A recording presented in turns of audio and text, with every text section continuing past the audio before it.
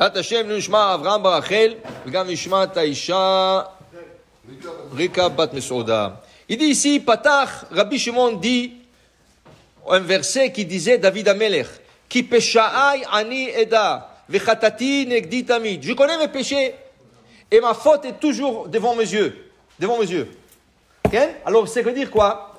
David Amelech, il avait une histoire avec la femme Bathsheba. Bathsheba, c'était sa destinée. Elle a été mariée okay? À un autre homme. Le Zohar, il pose plus tard une question. Si c'était sa destinée, pourquoi Hachem l'a donné à Uriah Hittite? Si c'était la destinée de David, la femme, pourquoi il l'a donné à une autre? Dit le Zohar, dit Rabbi Shimon Bar Yochai, viens voir. Notre terre, c'est la terre d'Israël. Pourquoi Hachem l'a donné aux Knaanites? La terre d'Israël, à qui appartient? Kilecha ul zaracha eten et kol ha'aratzot ha'el. A une promesse à Abraham que Dieu lui donnera la terre d'Israël. Pourquoi il a donné aux Knaani, Chiti, Amori, Chivi, Vaïvoussi? Pourquoi il leur a donné? Il dit Rabbi Shimon Bar Yochai, deux fois, avant que quelque chose te revient, il faut qu'il passe par quelqu'un d'autre. Il passe par quelqu'un d'autre, ensuite il te revient. Okay?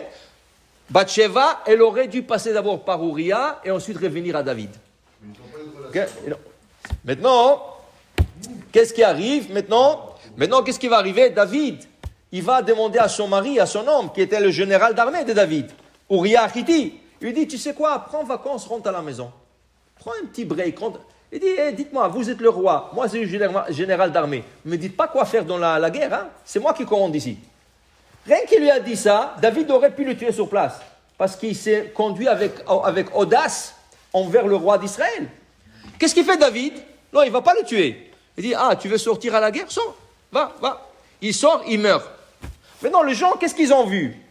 Les gens, comment ça a été? Les gens, ils ont dit, il l'a tué pour prendre sa femme. C'est pas vrai? David, il a dit, rentre à la maison, et lui, il a dit, je vais sortir. Il dit, sors. Qu'est-ce que je vais te faire? Tu veux sortir, sors. Mais David, il a dit, t'es rentré. David Amelech, depuis, il n'arrêtait pas de pleurer. Il a dit, Ki peshaai ani eda, je connais mes péchés, mais chatati, et cette faute est toujours devant mes yeux. Parce que ça avait l'air d'une faute. Et David Amelech, il a regretté, au point que David Amelech ne mangeait que de ce jour-là du pain moisi et un verre de larmes. Il versait les larmes. Quand il disait le Télim le soir, il versait de larmes. Il mangeait. Alors un jour, il y avait un très bon ami à David, Barzilai Agiladi. C'est un homme qui a sauvé David quand il a été poursuivi par le roi Saoul. Et quand il est devenu roi, il est venu visiter David.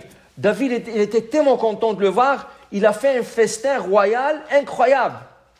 Qu'est-ce qu'il ne lui a pas fait pour lui? Et Barzilai, il a dit, voilà, tout le monde mange, David Amelech ne mange pas. Il lui dit comme ça, pourquoi vous ne mangez pas?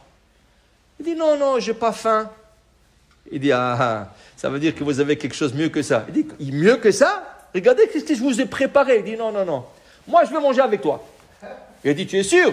Il dit, oui, ok, attends la fin du repas. Ils ont fini le repas, il lui a emmené avec lui dans une chambre, une petite chambre noire.